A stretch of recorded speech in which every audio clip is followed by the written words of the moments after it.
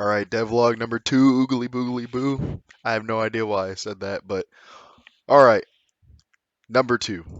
All we were doing in this one was it was actually very simple what we were doing. We were just trying to make the sprite move, but when you hit left on the keyboard, like you hit A, the sprite would turn to the left, but it wouldn't stay that way. So it needs to or it would stay that way. So we were just troubleshooting that. We were making the viewport, we were making sense of the viewport and everything.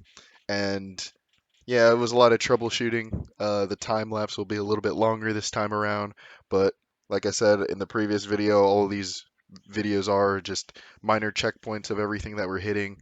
We only have, the time limit is death, as my co-designer Validus said. So we're just taking it really slow, which is why the title of this video is At the Speed of Game Dev, or At the Speed of Game Designer, or whatever. So yeah, there's that. I just want to go on a really quick tangent about how I needed to make a separate video, a 000 video as to why I want to make my game. I'm gonna have to write out like a script, or I could just do it raw, like I am doing right now. But the basis of the video is going to be that I mainly just want to make a game because I'm tired of seeing everyone else's game and the stupid nonsense that they do in them. So I thought, why not do it myself? I don't want to spoil it too much, I guess, before I make this video, but that's the general basis of it. So I'll get to that at some point in time, and I'll have it actually edited and a lot less raw than this one, because that will be like the precursor to why I'm doing the things that I'm doing currently. Like I said before, I've for a couple of months now just been learning GD script and learning coding and learning, some game development and all the things I need to do. And also, like I said in the previous video, this is just a demo game. It was something that I actually had created in Scratch.io, if anyone knows what that is. Of basically, it was this dog going around chasing this cat, and the cat would move around in random positions. And if you touched the cat when it was at a random position, the game would end like you got a victory, you won, game over. But it would be really silly.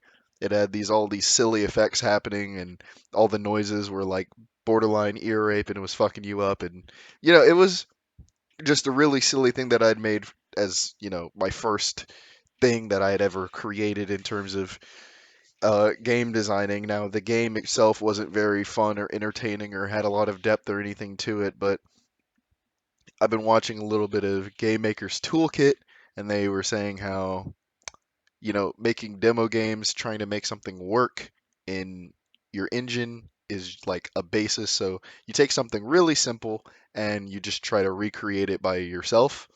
Um, it's very hard to say to do everything by yourself when you're creating a game, because you're going to have to look up a lot of things that you obviously have no idea about.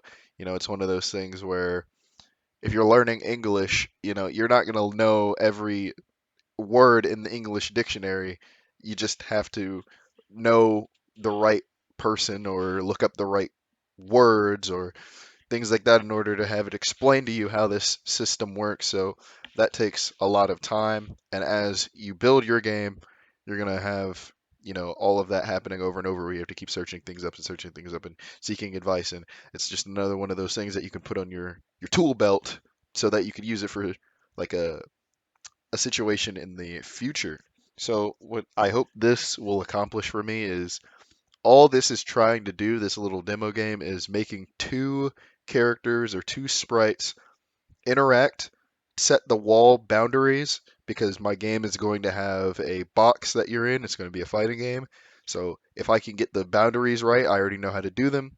Making two sprites interact with each other is also something I want to do, or two areas, I might say. Uh, that'll also be very important for any game. It's just the basic groundwork of anything you're trying to make. And usually I don't want to make these videos too long, but Again, it's just a journal, a little log of what I'm doing. So enjoy the time lapse in the background, and yeah.